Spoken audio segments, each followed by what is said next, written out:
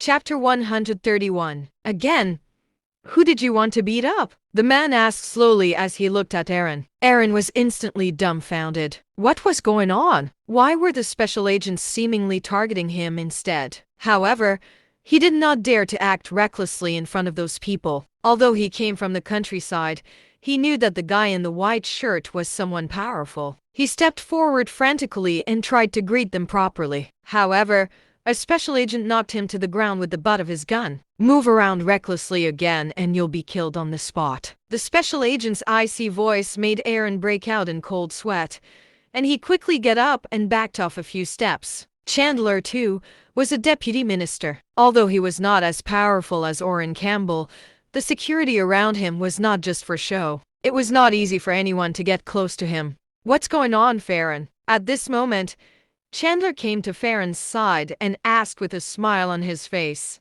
Farron Campbell said in a low voice, Ethan Osborne is my friend, and he came to appeal for something, but he was arrested. I stopped that from happening, but I received the same threat as well. After that, it went straight to death threats. You heard that too, didn't you? Chandler glanced at Ethan again and immediately understood what was going on. It was impossible for Farron to have a friend like Ethan because Farron would never have befriended someone like this. It was probably related to the other young men beside Farron. However, he had to get things done since Farron had made a move. Otherwise, Orrin would get him in trouble. Chandler first smiled politely at Wilbur, then looked at Aaron. He said sharply, You guys are getting so cocky. It was just a normal appeal and yet he was given death threats. Who do you think you're killing and who gave you the authority to do so? Aaron's knees almost gave out under Chandler's furious reprimands. His experience with the gun earlier made him understand what true power was. What scared Aaron was that this young man was so familiar with the guy in white shirt. He had messed up big time, and he knew things would not end well for him. In desperation, he hurriedly said, Sir, please don't be angry. I'm just following orders. Whose order? Chandler asked angrily. Aaron panicked. Seeing that he was in danger, he immediately ratted his relatives out. He thought he would be given mercy since all of them were government officials. Sir, my uncle was the person in charge of the Municipal Public Security Brigade.